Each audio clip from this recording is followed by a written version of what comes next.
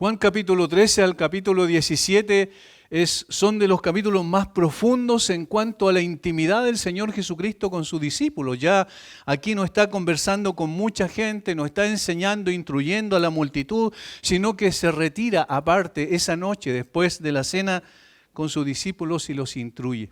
Los guía, los conduce, los consuela, los alienta. No se turbe vuestro corazón. Creéis en Dios, creed también en mí. En la casa de mi Padre muchas moradas hay. No se preocupen, yo voy a ir, voy a salir del medio de ustedes, pero volveré y os tomaré a mí mismo para que donde yo estoy, ustedes también estén. Todas esas son signos de un corazón extraordinario, de amor incondicional hacia personas, como dije, que no merecían nada bueno. Se centró en sus 12 discípulos.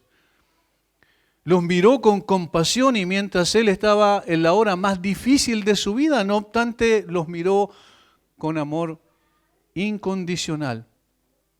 Con amor que tenía una sola vía, del cielo a la tierra. Porque el hombre no amaba a Dios. De hecho, quebrantaba permanentemente el gran mandamiento que resume la primera tabla de la ley: amarás al Señor tu Dios con todo tu corazón, con toda tu mente, con toda tu alma y con todas tus fuerzas. Ningún hombre jamás ha podido cumplir ese mandamiento que resumía los primeros mandamientos de la ley. Por lo tanto, no se trata del amor que nosotros tenemos al Señor, sino del amor que Él tiene para con nosotros. Eso lo dice Juan en su primera carta, cuando dice: nosotros le amamos a Él porque Él nos amó primero. Es decir, es el amor de Dios el que posteriormente impulsa el amor nuestro hacia Dios, pero es primeramente el amor de Dios hacia nosotros. Y en su Hijo esto se ve en una forma clara. Vemos el amor incondicional y extraordinario de Cristo por nosotros al punto de ascender a esa cruz maldita para morir por nuestros pecados. Y aquí estaba la preparación, la antesala de la cruz, ya era una realidad visible, palpable. Por eso el Señor comienza a decir, o se comienza a expresar así, Juan lo relata de esta manera: antes de la fiesta de la Pascua, sabiendo Jesús que su hora había llegado para que pasase de este mundo al Padre, como había amado a los suyos que estaban en el mundo, los amó hasta el fin. Y esta es la frase más significativa, porque es la que determina los otros capítulos hasta el capítulo 17, lo que se llama como el sermón del aposento alto. Este es el meollo del asunto, es el eje rector de todo el resto del pasaje hasta el capítulo 17 y por lo tanto necesitamos centrar nuestros ojos allí para entender un poquito más por qué de tal manera nos amó el Señor. Como había amado a los suyos que estaban en el mundo, los amó hasta el fin. Los había amado, pasado, los amó hasta el fin. Presente y futuro. Allí está la esencia entonces de lo que significa el corazón del Señor Jesucristo para con estas personas que eran también representativas de todo creyente. Según Juan 17, el mismo Señor Jesucristo oró hacia el Padre: no oro solamente por ellos, o no pido solamente por ellos, sino por aquellos que van a creer por causa de ellos. Es decir, estábamos incluidos cada uno de nosotros.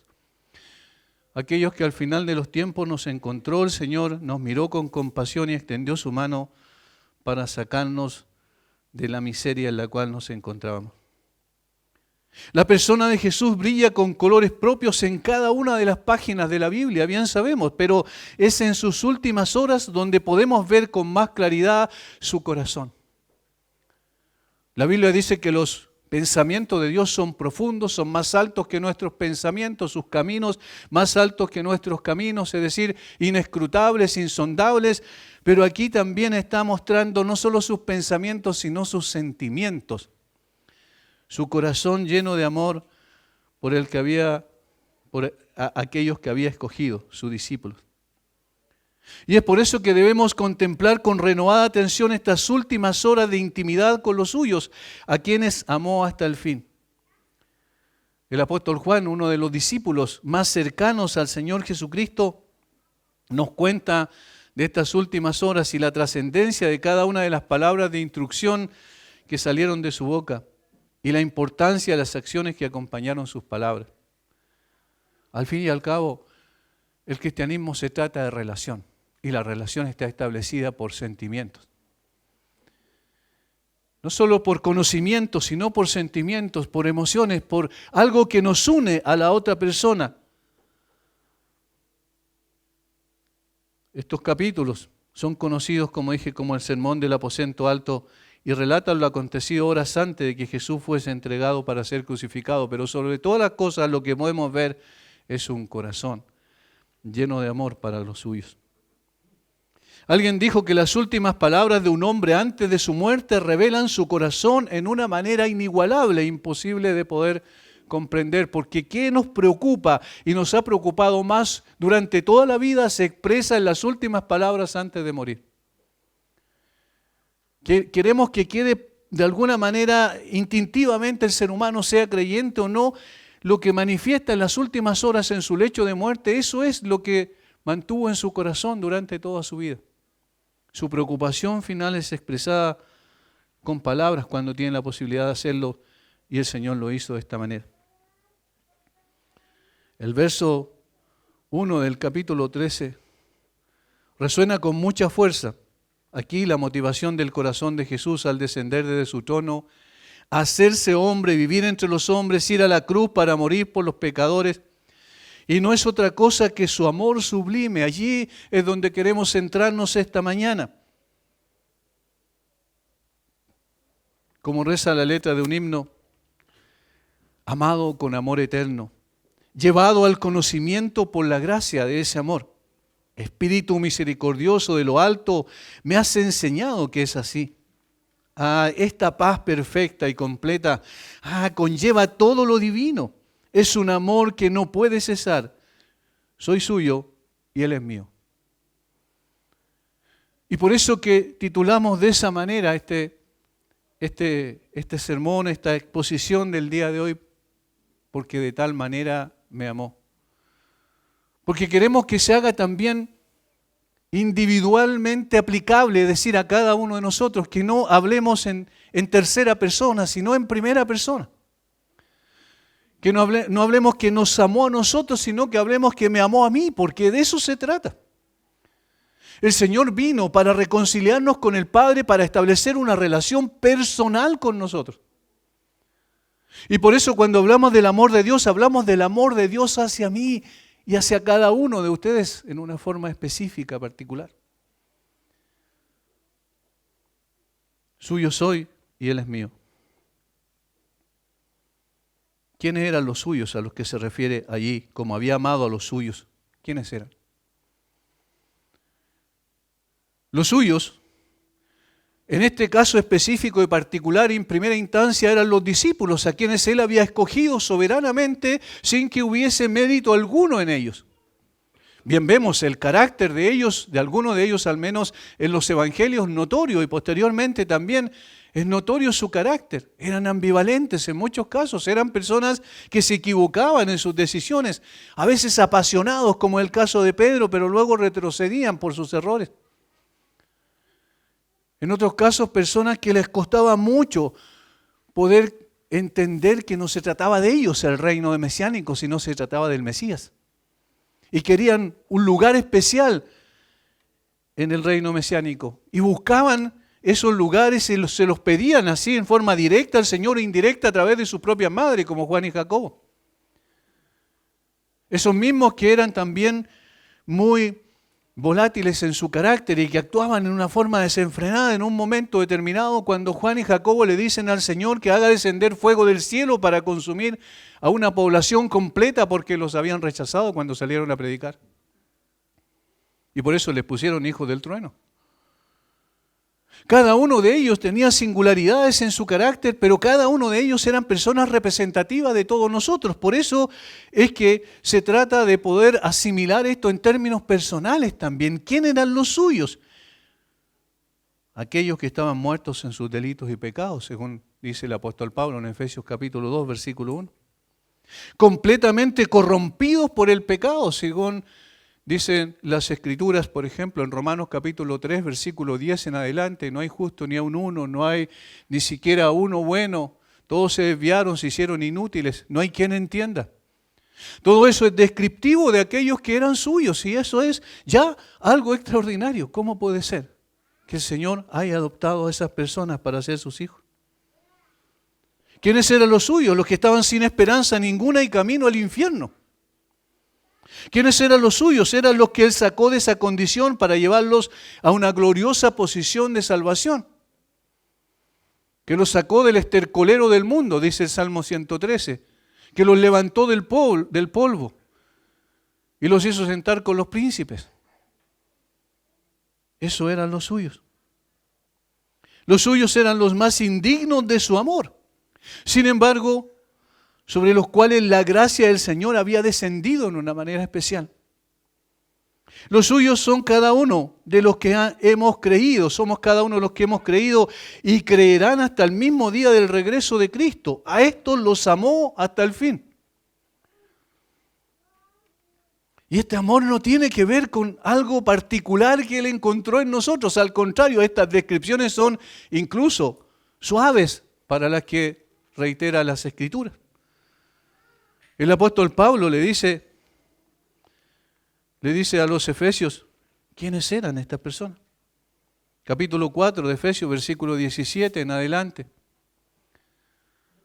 Esto pues digo y requiero en el Señor que ya no andéis como los otros gentiles que andan en la vanidad de su mente. Así andábamos cada uno de nosotros, teniendo el entendimiento entenebrecido, ajeno de la vida de Dios, por la ignorancia que en ellos hay, por la dureza de su corazón. Así andábamos cada uno de nosotros. Los cuales después que perdieron toda sensibilidad se entregaron a la lascivia para cometer con avidez toda clase de impureza. Así éramos nosotros. Pero ahora el Señor dice que somos suyos. ¿Pero por qué somos suyos? Simplemente por el afecto de su voluntad, como dice Efesios 1, y por el amor incondicional que Él nos entregó.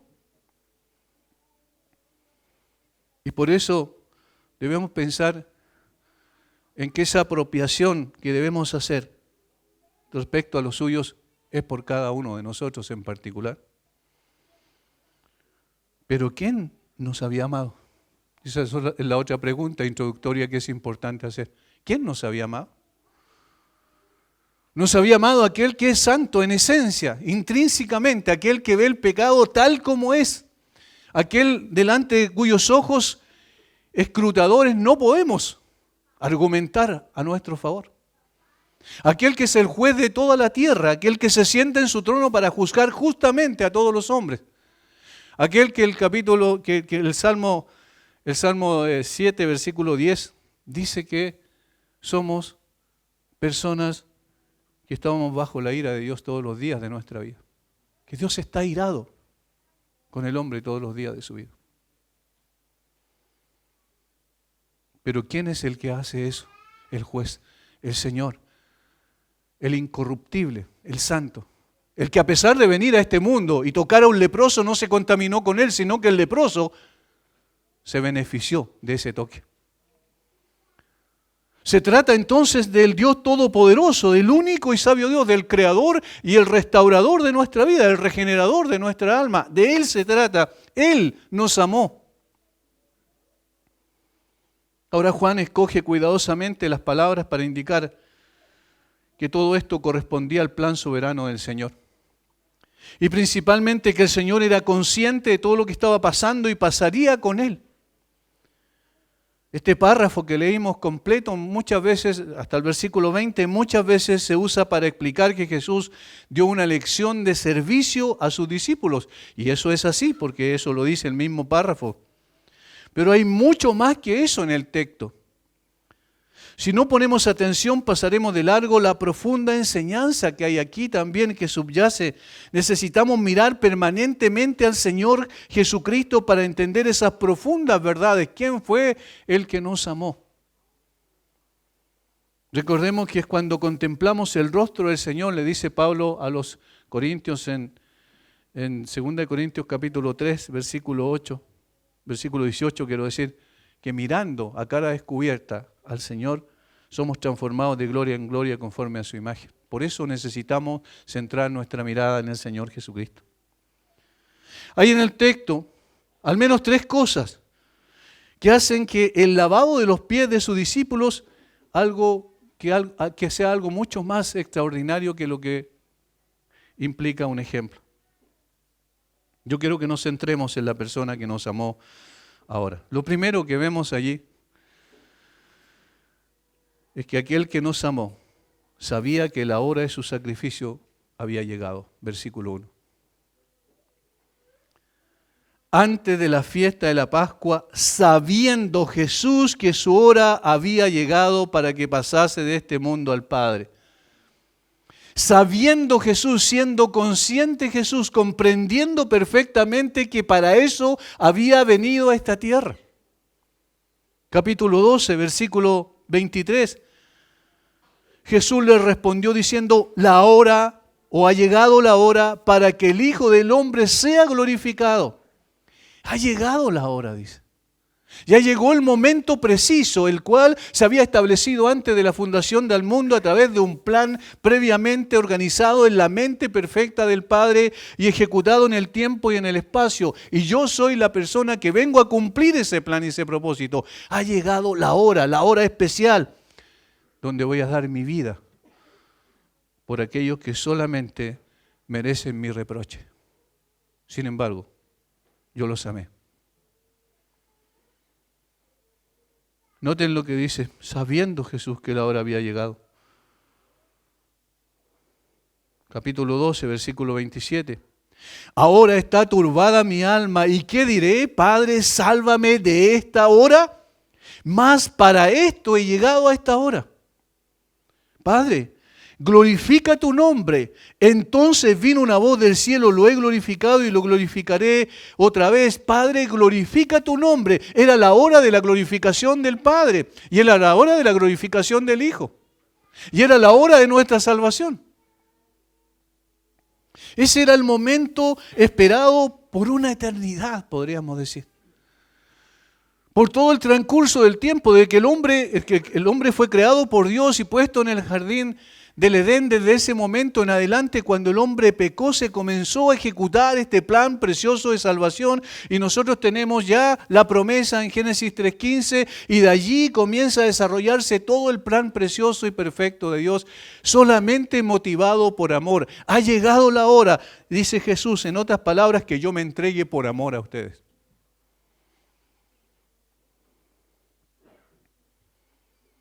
Noten el contexto, dice antes de la fiesta de la Pascua.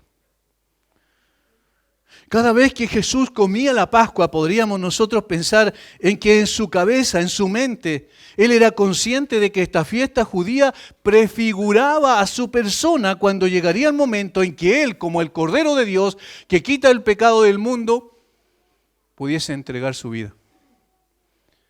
Porque la Pascua era el recuerdo permanente de lo que Dios hizo en el pueblo de Israel por pura gracia y misericordia cuando estaban en Egipto siendo esclavizados por los egipcios, estando bajo su control absoluto. El Señor manifestó su gracia de una manera especial al decirle a los israelitas: sacrifiquen un cordero.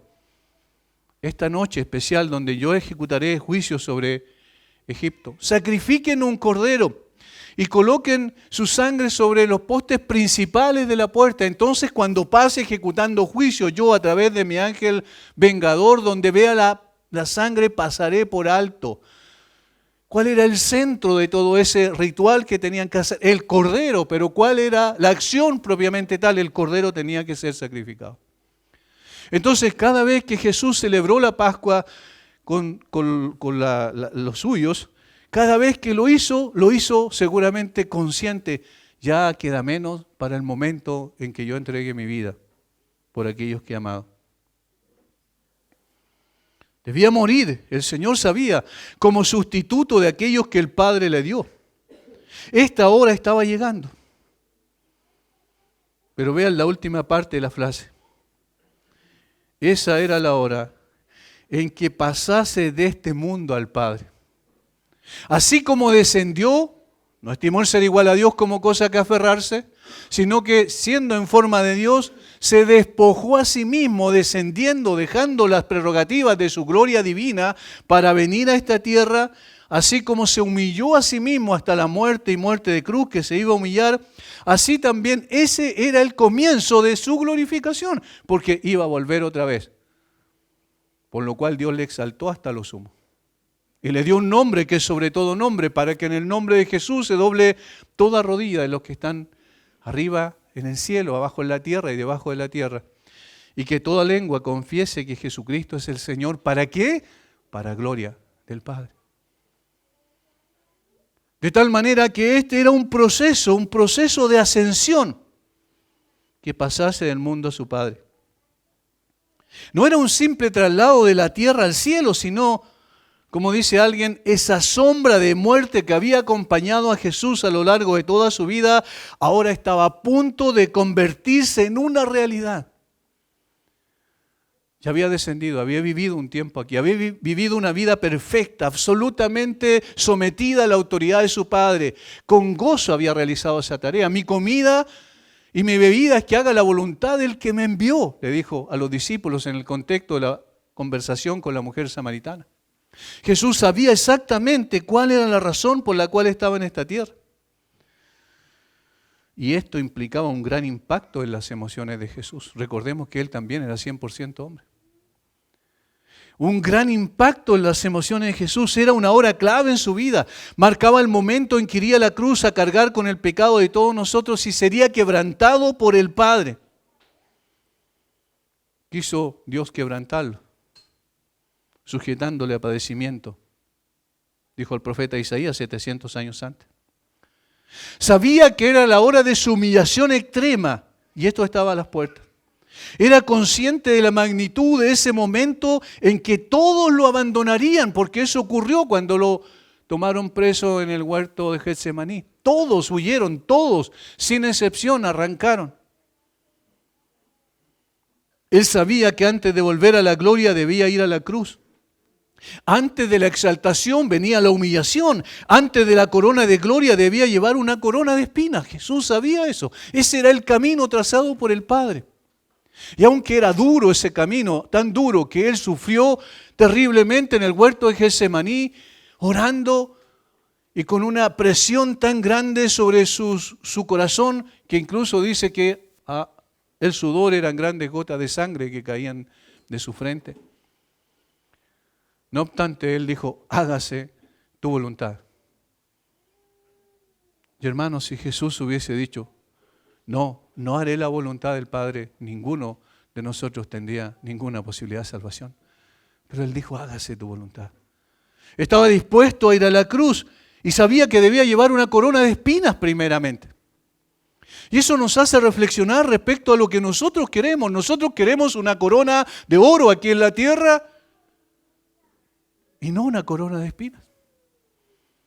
Los suyos, aquellos que somos a quienes amó, preferimos un camino de rosas en lugar de un camino escabroso. Pero muchas veces el camino escabroso es el que nos lleva el Señor para enseñarnos que eso es el camino que Él trazó claramente a través de su propia vida. Al pasar de este mundo al Padre implicaba una humillación sin precedentes.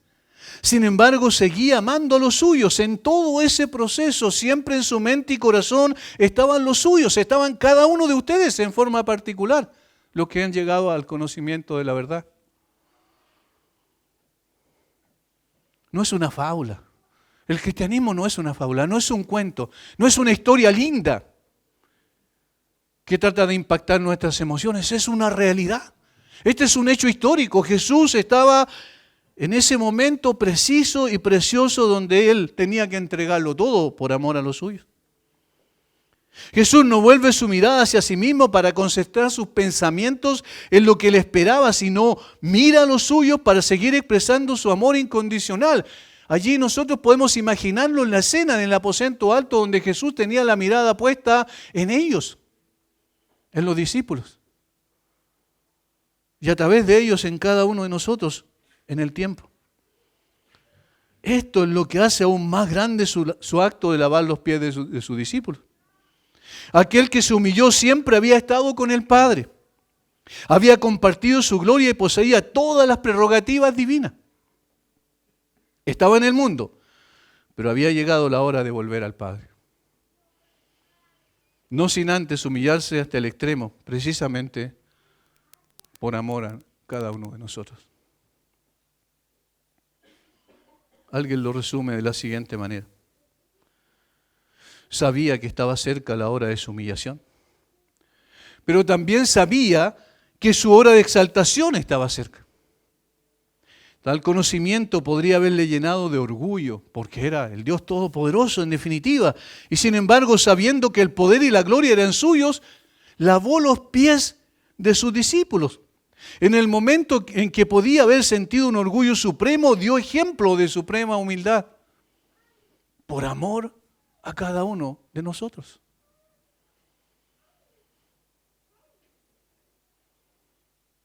Nosotros, porque somos hechos a imagen y semejanza de Dios, tenemos emociones, sentimientos también, pero nuestros sentimientos palidecen absolutamente frente al de Él, porque nuestro amor es condicional, el de Él siempre es incondicional. Jesús sabía que pronto volvería al Padre.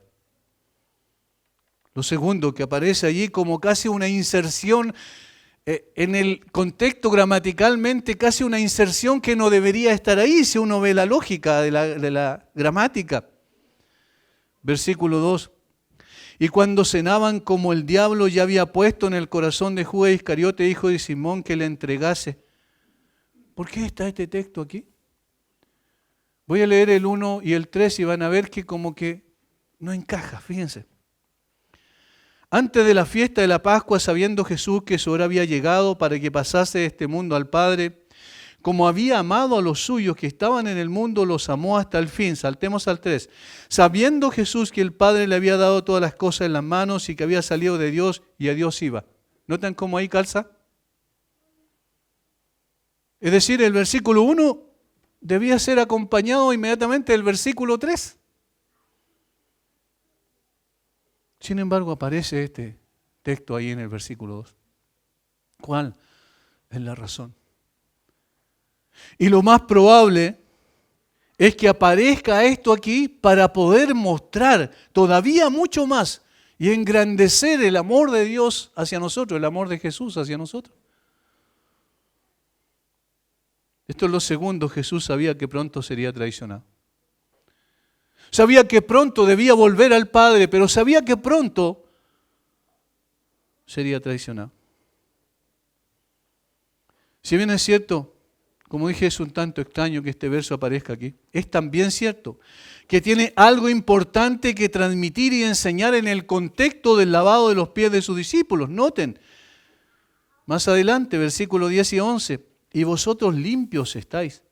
Porque, aunque no todos, porque sabía que Él le iba a entregar. O sea, repite una y otra vez que Jesús era consciente que uno de aquellos que Él había escogido, uno de aquellos a quienes le había brindado todo su amor, uno de aquellos a quienes le había enseñado, uno de aquellos a quienes le había guiado, uno de aquellos que había alimentado, uno de aquellos que había abrazado, uno de aquellos que estaba con Él todo el tiempo en las diferentes aldeas que recorrían predicando la palabra, uno de ellos le iba a entregar. Jesús sabía perfectamente que eso iba a ocurrir.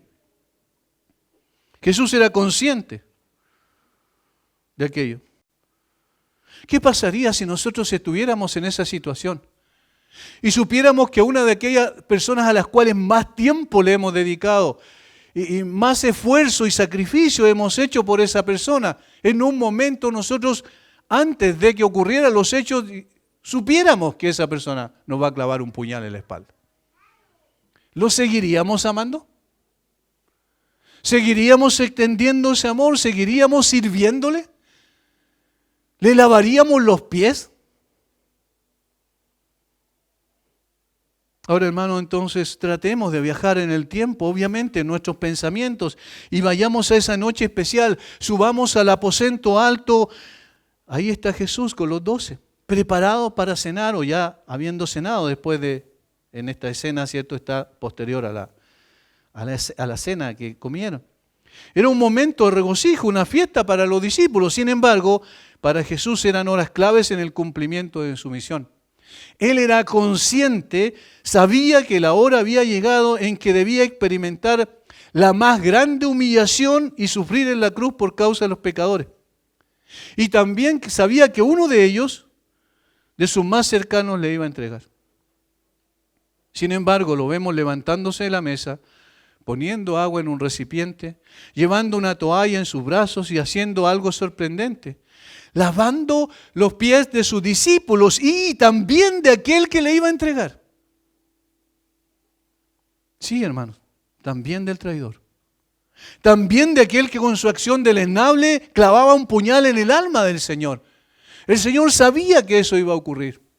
Pero no vemos a Jesús nunca en esos momentos tremendos que los demás evangelios nos explican de una forma más detallada. Nunca vemos a Jesús mirar a Judas y condenarlo inmediatamente.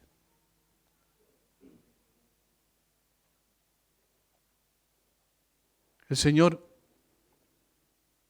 seguía extendiendo su amor aún a sus enemigos. Y por eso es que Él, cuando habla del amor, dice que no debemos amar solamente a los que naturalmente vamos a amar, ¿cierto? Que son las personas más cercanas a nosotros, sino también incluso a los enemigos. Enseñó en el Sermón del Monte. Aquí tenemos un contraste absoluto entre el amor de Jesús y el odio de Judas. Esta escena de odio y rechazo pone un trasfondo oscuro, sin embargo, que hace que el amor de Jesús brille mucho más todavía. Mientras Jesús se humilla a lavar los pies de Judas, Judas le pagaría con una traición sin precedentes que quedaría en los anales de la historia como un sinónimo de traidor, el nombre de Judas. Lamentablemente, la manifestación de amor de Jesús no conmovió el corazón de Judas. De hecho, Él le habló varias veces, pero no penetró su palabra en el corazón. Y esto resalta, como dije, aún más el extraordinario amor del Salvador. Tal como Él había enseñado, también amó a sus enemigos. Él sabía que había llegado la hora de volver al Padre, pero Él sabía que tenía que pasar por la cruz primero, por la humillación más grande. Él sabía que uno de aquellos a los cuales que estaban con Él en ese momento lo iba a traicionar. Pero luego el versículo 3 dice que Jesús sabía una tercera cosa también importante. Sabiendo Jesús que el Padre le había dado todas las cosas en las manos y que había salido de Dios y a Dios iba. Lo otro que sabía Jesús, que Él era el soberano del universo. Jesús sabía que Él era el soberano del universo, pero ¿en qué contexto estaba? Ha llegado la hora para que entregue mi vida en sacrificio, para que sea humillado por mis criaturas, para que sea puesto en una cruz de vergüenza y humillación. Ha llegado esa hora, pero yo soy el soberano del universo. Entienden que nosotros no podemos nunca llegar a comprender absolutamente eso porque nosotros somos simples criaturas, pero Él es el creador del universo. El Señor, el que dio origen a todas las cosas, el que sostiene toda su creación con su mano poderosa. Sabiendo Jesús que el Padre le había dado todas las cosas en las manos. Esto era lo tercero de lo que Jesús era consciente. Su identidad como el gobernador del universo. El dueño de todas las cosas. Juan, inspirado por el Espíritu Santo, recalca una vez más la grandeza de aquel que se humilla, la grandeza de aquel que ama. De esa manera revela la profundidad de su humillación al considerar la exaltación de quien lo hizo. Miren quién se humilló, el soberano del universo. Miren quién se dignó al venir a esta tierra llena de corrupción, de mentira. Vino a mirarnos con compasión y amor a quienes habíamos pisoteado su ley una y otra vez, todos los días de nuestra vida. Alguien intentó hacer unas matemáticas de esto y pensar en que solamente cometamos, 50 pecados o 20 o 10 pecados cada día, diariamente, durante toda nuestra vida y nos multipliquemos por los años que tenemos. Y evidentemente son multitudes de pecados. Sin embargo, el Señor vino y se humilló siendo el soberano, siendo el dueño, no teniendo por qué hacerlo. Eso es una de las cosas que debemos recordar siempre. Dios no tenía ninguna obligación de venir a buscar a ninguno de nosotros y sacarnos de la miseria. No tenía ninguna obligación. Si Dios no lo hace, sigue siendo Dios. Y sigue siendo adorado por sus criaturas celestiales. Y sigue siendo honrado y sigue siendo servido porque Él es digno en sí mismo. Él no tenía ninguna obligación, pero lo hizo. El mismo que es el gobernador y soberano del universo es quien se humilla hasta lo sumo a lavar los pies de sus discípulos. Jesús sabía que todas las cosas le pertenecían, que todas las cosas le habían sido dadas por su Padre. Sabía que había venido de Dios y a Dios iba. Sabía que tenía el control y la autoridad absoluta. Sabía que con un chasquido de sus dedos podía fulminar a Judas y todos sus enemigos y destruir todas sus maquinaciones y enviar inmediatamente al infierno a Satanás y sus demonios. Él sabía que tenía esa prerrogativa, que tenía esa autoridad, que tenía ese poder. Alguien escribió: con tanto poder y estatus a su disposición, podríamos haber esperado que derrotara al diablo en una confrontación llamativa e inmediata y que dejara devastado a Judas con una ráfaga imparable de su ira divina. Él lo podía hacer sin ningún problema.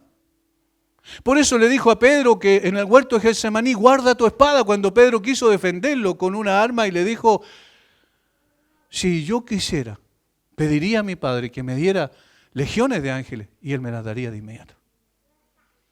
Tenía el control absoluto sobre todo. Tenía en sus manos todas las cosas. Pero no se defendió. Guardó silencio cuando fue delante de sus acusadores del Sanedrín, que hablaron una cantidad de cosas que eran engaños, mentiras, falsedades, que eran calumnias. El Señor guardó silencio.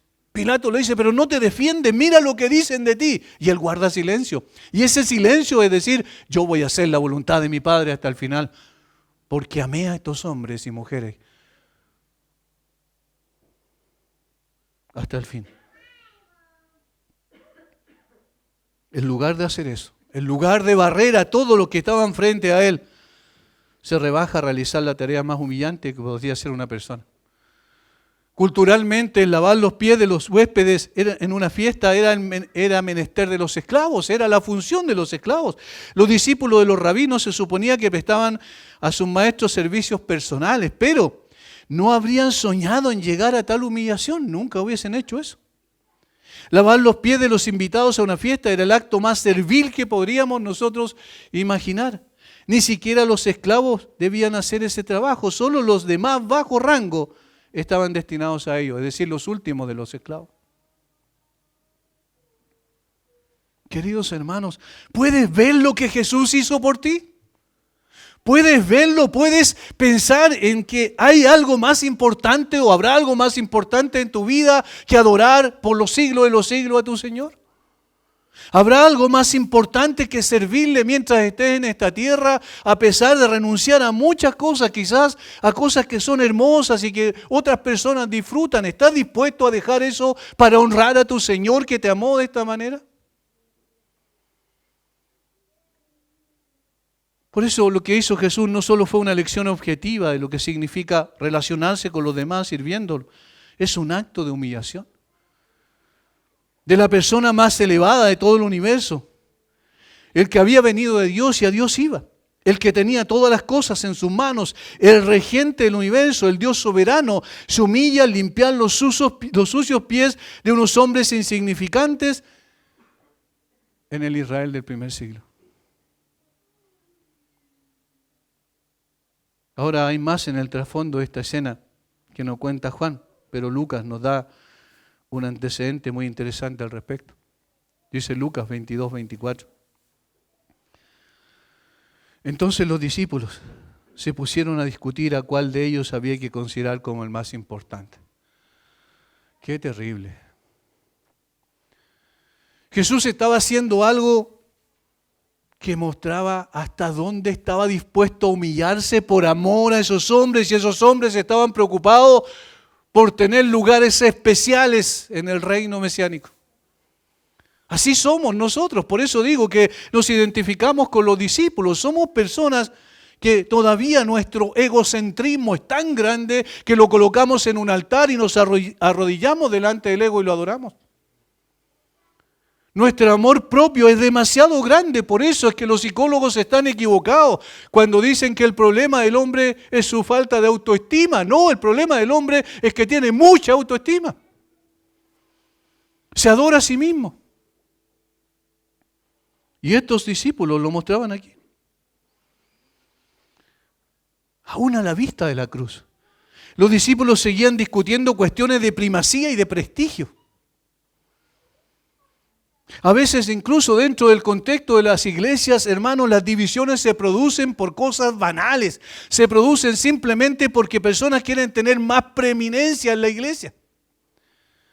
Y cuando hay alguien que cree que merece un lugar importante y no se le da a esa persona, se enoja. Y busca otro lugar donde puede sobresalir. Somos así. Somos así. Estos hombres pensaban que eran más importantes y merecían prestigio y honor en el reino venidero. Pero el único que era realmente importante y merecía toda la honra, la gloria y el honor, tomó una toalla y un recipiente y se inclinó a lavar los pies de esos 12, donde todos creían que eran algo cuando no eran nada.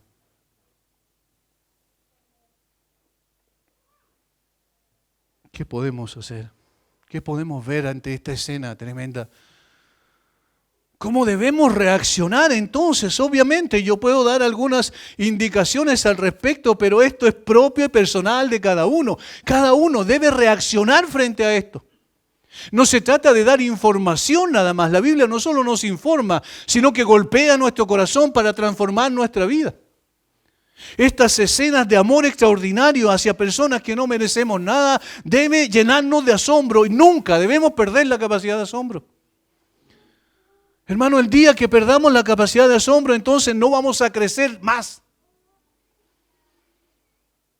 Y debemos progresar en un crecimiento cada vez mayor para mirar al Señor como debe ser mirado y admirar al Señor como debe ser admirado y honrar al Señor como debe ser honrado. Se trata de esto. Este no es un relato, una narración simplemente. Esto es el corazón de Dios abriéndose hacia nosotros. Nosotros no podríamos conocer jamás el corazón de Dios en sentimientos y emociones tan profundas como en la persona del Señor Jesucristo. A este Dios que nadie le vio jamás, el unigénito Hijo que estaba en el seno del Padre, le dio a conocer. Lo dejó latente delante de los ojos de los hombres. Él que es la imagen misma del Dios invisible, la imagen misma de su sustancia. Él es el que está mostrando su amor aquí, abriendo su corazón y diciendo, yo los he amado y los amo hasta el fin. No va a haber ningún cambio ni variación en mi amor por estas personas. Y no es una frase simplemente, es un hecho real, práctico. Él se entregó a sí mismo por la iglesia, dice el apóstol Pablo a los Efesios. Y obviamente por todos aquellos que han puesto su fe en Él, aún prospectivamente en el Antiguo Testamento, retrospectivamente en el caso nuestro hacia atrás. Sabiendo que su hora había llegado, sabiendo que uno de ellos le iba a entregar y sabiendo que era el soberano del universo. Hizo esto por cada uno de nosotros. ¿Cómo vas a reaccionar frente a aquello? Obviamente, el Espíritu del Señor es el que puede y va a aplicar esa palabra en el corazón de cada uno y la reacción debe venir como consecuencia. De tal manera nos amó. Padre, muchas gracias. Muchas gracias por tu Hijo, qué precioso es Qué grande y glorioso es. Cómo estuvo dispuesto a darlo todo, Señor. No escatimaste a tu propio Hijo, sino que lo diste por todos nosotros, siendo Él consciente, absolutamente consciente de quién era y quién fue todo el tiempo. Aunque se humilló a sí mismo, nunca dejó de ser el Dios Todopoderoso, el soberano del universo. Aunque se humilló a sí mismo, sabía cuál era el lugar que le pertenecía en la gloria tuya. Aunque vino a esta tierra llena de maldad y uno de aquellos lleno de maldad en su corazón lo iba a entregar, Él todavía seguía mirando con compasión a los hombres y lo sigue haciendo en el día de hoy. Padre, yo te ruego que tu Espíritu Santo aplique, Señor, al corazón de aquellos que no te han conocido, o de aquellos que te han visto superficialmente, o de aquellos que tienen un concepto tuyo general, y quizás conocen incluso el plan de redención, y quizás pueden repetirlo de memoria, pero aún no han llegado a tus pies en un genuino arrepentimiento. Yo suplico, Señor, que tu Espíritu los convenza. Yo suplico, Señor, que tu obra de gracia se haga en sus corazones y ellos sean levantados de su postración espiritual y comiencen a amarte.